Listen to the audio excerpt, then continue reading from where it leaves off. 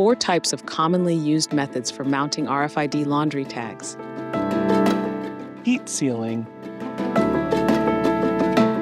Sew with a pouch. Sew into hem of clothes. Hang on to clothes.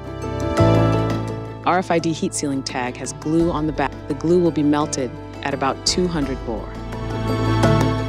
We will use a heat sealing machine to mount the tag. Set the temperature at 210 bars. Set sealing time to 15 seconds.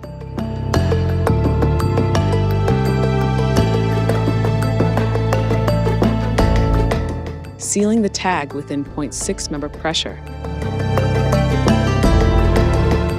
Wait for 15 seconds.